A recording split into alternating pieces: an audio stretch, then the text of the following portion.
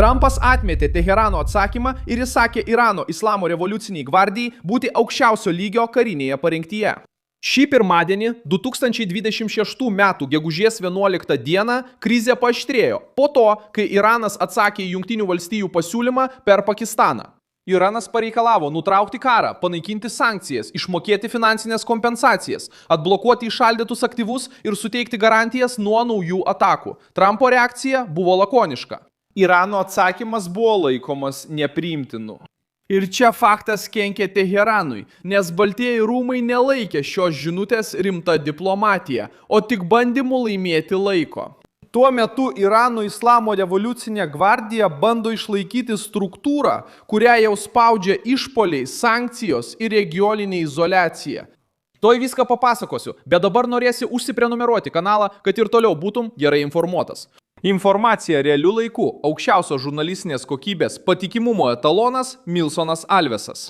Teheranas nori neatidėliotinos pagalbos, nori atblokuotų lėšų, nori, kad būtų nutrauktas karinis spaudimas ir nori užkirsti kelią Jungtinėms valstijoms bei Izraeliui atnaujinti atakas prieš savo jautrius centrus. Problema tas, kad Trumpas nesutiko žaisti šio žaidimo. Amerikos žinutė buvo aiški, nebus jokio susitarimo vien tam, kad būtų išsaugotas režimo įvaizdis. Pagrindinis reikalavimas išlieka tas pats, kad Iranas neturėtų pavojingų branduolinių pajėgumų, įskaitant urano sodrinimo kontrolę ir objektus, kuriuos Vašingtonas ir Izraelis laiko tiesioginė grėsme. Irano Islamo revoliucinė gvardija paniškai sureagavo, nes Trumpo atsakas atėmė iš Teherano pagrindinį įrankį, kurį režimas bandė naudoti pastarosiomis dienomis – derybas kaip skydą. Kol Islamo Respublika kalbėjo apie karo pabaigą, žiniasklaidoje ir toliau pasirodė pranešimai apie dronus, išpolius prieš Persijos įlankos regionus ir spaudimą komerciniams laivams. Iš tikrųjų, režimas bandė sėsti prie derybų stalo prašydamas palengvinimo, bet tuo pačiu metu išlaikė savo bauginimo mašiną aktyvę. Donaldui Trumpui tai tik sustiprino įsitikinimą, kad Iranas kartojo seną taktiką – vilkinti derybas, prašyti nuolaidų ir išlaikyti savo grasinimo priemonės.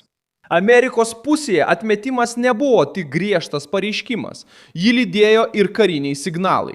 Jungtinių valstijų pajėgos ir Izraelio gynybos pajėgos tęsė diskusijas dėl tolesnių veiksmų prieš Islamo revoliucinės gvardijos pozicijas, o Benjaminas Netanyahus vengė viešai atskleisti karinių planų detalės.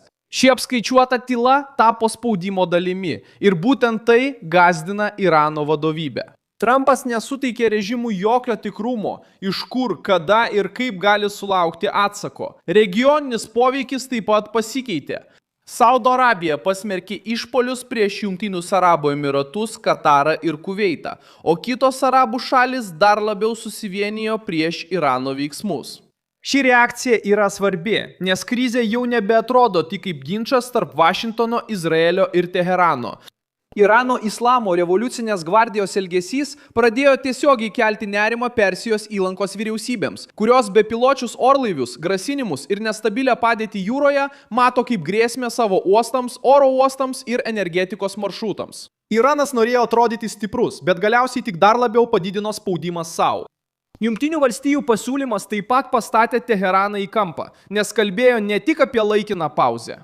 Pasak tarptautinės žiniasklaidos pranešimų, Vašingtonas siekė memorandumo su griežtais apribojimais Irano branduoliniai programai, įskaitant 20 metų moratoriumą. Dėl sodrinimo, labai praturtinto urano pašalinimo ir jautrių branduolinių struktūrų išmontavimo. Irano Islamo revoliucinės gvardijos nuomonė tai prilygsta strateginės režimo širdies praradimui. Trumpo nuomonė būtent tai ir yra tikslas.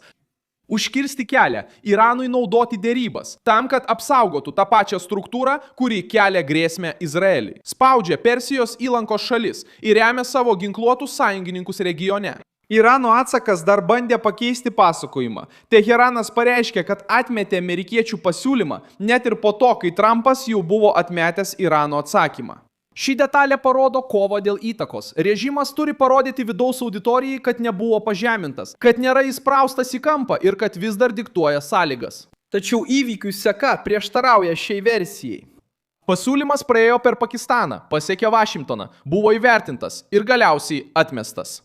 Režimas gali bandyti skelbti pergalę savo rėmėjams. Tačiau amerikiečių atmetimas atskleidė derybų trapumą, kai Teheranas prašė palengvinimo, bet nepateikė tikro demontavimo, kurio reikalavo Jungtinės valstijos. Numatytas susitikimas tarp Donaldo Trumpo ir Xi Jinpingo taip pat tampa šios situacijos dalimi. Vašingtonas nori spausti Kiniją dėl jos ekonominių santykių su Iranu, ypač dėl naftos pirkimų ir netiesioginės paramos, kuri padeda Teheranui išgyventi net ir esant sankcijoms. Šis klausimas išplečia krizę už artimųjų rytų ribų. Trumpas žvelgia į Islamo revoliucinę gvardiją, bet taip pat taikosi į išorinės tinklus, kurie palaiko režimą. Jei Pekinas ir toliau ekonomiškai palaikys Teheranui, Baltieji rūmai gali laikyti šią problemą didesnio ginčo dalimi. Netanjahu taip pat įnešė naują elementą, kai pasiūlė, kad Izraelis per artimiausią dešimtmetį visiškai atsisakytų finansinės karinės pagalbos gaunamos iš Jungtinių valstijų. Šis pareiškimas nesusilpnina aljanso. Jį sustiprina griežtesnės, labiau strateginės partnerystės idėja, kuri mažiau priklauso nuo politinių kalbų Vašingtone. Izraelis nori parodyti, kad ir toliau pirks, bendradarbiaus, keisis technologijomis ir veiks kartu su Jungtinėmis valstijomis, bet neatrodys priklausomas nuo kasmetinės pagalbos. Per krizę su Iranu ši žinia skirta tam, kad Teheranas suprastų, Jungtinių valstijų ir Izraelio partnerystė nepriklauso vien nuo pinigų. Ji priklauso nuo bendros grėsmės, dalymosi žvalgybinė informacija ir politinio apsisprendimo. Istorija rodo, kodėl Donaldo Trumpo atsisakymas sudaryti silpną susitarimą su Iranu turi tikrą reikšmę. 1981 metais Izraelis sunaikino Irako Ozirako branduolinį reaktorių netoli Bagdado, nes suprato, kad per ilgas laukimas gali sukurti grėsmę, kurios vėliau nebus įmanoma suvaldyti. Operaciją tuo metu kritikavo daugelis vyriausybių, tačiau ji liko kaip prevencinio veiksmo pavyzdys, kai branduolinė grėsmė auga prisidengiant diplomatiniais pareiškimais. 2007 metais Izraelis vėl ėmėsi veiksmų prieš įtariamą reaktorių Sirijoje. Vėl ėmėsi veiksmų prieš įtariamą objektą, kuris vėliau buvo nagrinėjamas Tarptautinės atominės energijos agentūros kaip įtartinas objektas Sirijoje. Pamoka Donaldui Trumpui ir Benjaminui Netanjahui yra aiški. Kai priešiški režimai naudoja derybas, kad laimėtų laiko, veiksmų langas gali greitai užsidaryti. Kontrastas su Libija taip pat padeda suprasti skirtumą tarp Libijos atvejo ir Izraelio smūgio į įtariamą reaktorių Sirijoje. 2003 metais Libijos vyriausybė paskelbė, kad atsisakys masinio naikinimo ginklų programų ir atvers procesą tarptautiniai patikrai. Nuo tada prasidėjo derybos, inspekcijos ir sankcijų švelninimas. Libijos atvejis prisimenamas todėl, kad parodė paprastą logiką. Pirmiausia, turi būti konkretus atidavimas, tik tada ateina diplomatinis prizas. Iranas bando eiti priešingų kelių. Jis reikalauja sankcijų nutraukimo, pinigų atlaisvinimo, karinių garantijų ir politinės naudos, dar prieš imdamasis esminio išmontavimo. Dėl to Trumpas ir atmetė. Kitos šalis taip pat rodo, kad spaudžiami režimai atsitraukė, kai supranta, jog pasipriešinimo kaina tapo didesnė nei nuolaidų kaina. Šiaurės Korėja išliko gyva dešimtmečius būtent todėl, kad laimėjo laiko, derėjosi, sustabdė, atnaujino, grasino ir vėl grįždavo prie derybų stalo, kai tik reikėdavo palengvinimo. Bašaro al-Asado Sirija slėpė jautrią veiklą, kol į ją nebuvo smogta, o vėliau turėjo gyventi su daugelį metų trukusiu tarptautiniu įtarumu. Iranas žino šią taktiką. Skirtumas dabar tas, kad Trumpas bando uždaryti visas išeitis vienu metu.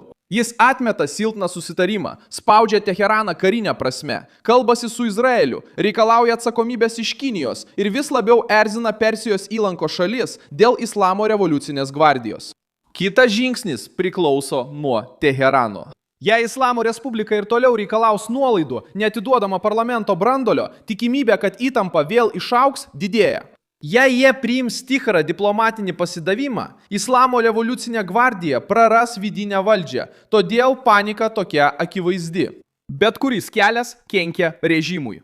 Trumpo atmetimas užkirto lengvą kelią. Koordinacija su Izraeliu leidžia grėsmei tvyroti. Arabų spaudimas atima regioninę erdvę, o spaudimas Kinijai kerta per piniginę. Aš esu Milsonas Alvesas News, o mano tikslas – kasdien pateikti tau teisingą informaciją. Naujienų nuorodos yra vaizdo įrašo aprašyme.